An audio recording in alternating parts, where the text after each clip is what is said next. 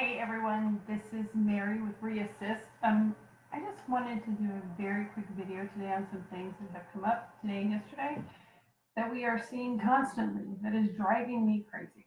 So, new construction. If you have a new construction, you need to put it on a new construction purchase and sell. There is a reason why they have a new construction purchase and sell, and it is to protect the buyer.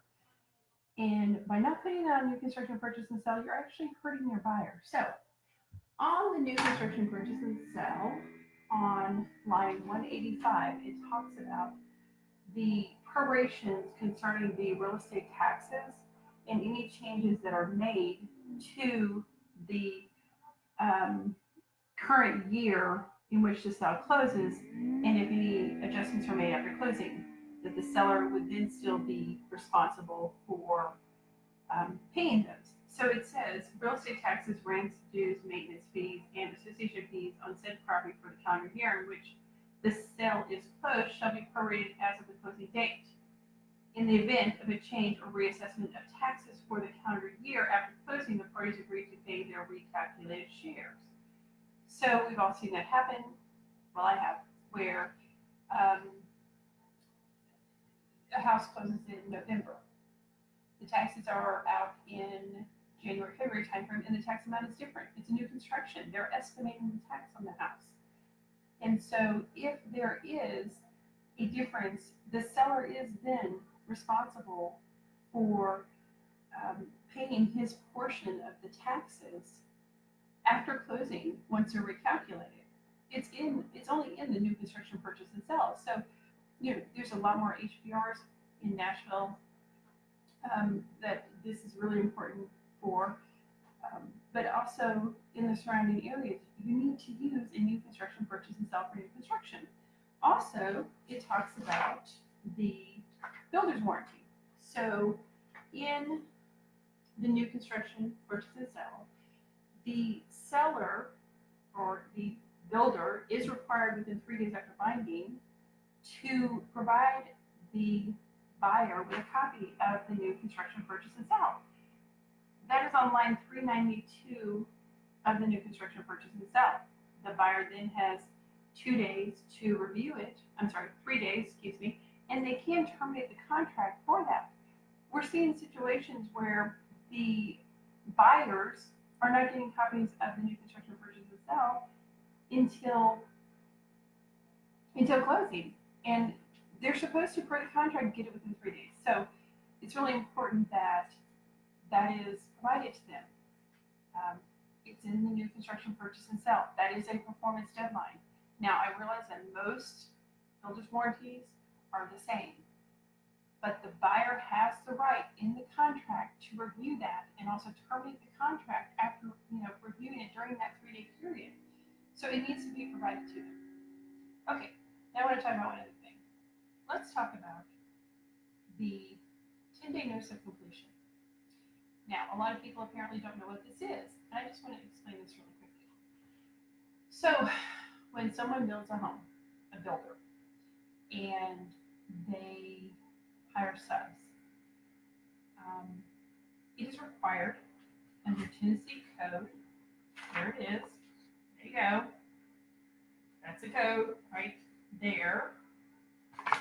That 10 days prior to the closing date, so this would actually be 11 days prior to the closing date, that the seller files a 10-day notice of completion to give notice to anyone, any subs, that the house is changing ownership. And so if there's any money that is owed to the subs, that they bring those things forward for the builder to pay. So what it says is a statement that a transfer of ownership of all or part of a real property, of an interest in a property, and encumbrance of the real property, or a settlement of the claims of parties entitled to the benefits of this part will take place not less than 10 days after the date of the recording of the notice of completion. So ownership is not to change until after 10 days this is filed. So what this prevents is it prevents mechanic liens being filed against the property after closing. This protects the buyer. So if you're working with a buyer and the seller or builder is saying, we're not going to file that until closing, this is not the same as a certificate of occupancy. This is not the same as the warranty of completion that is required by VA. This is called a 10-day notice of completion or notice of completion, either way. This is an entirely separate form.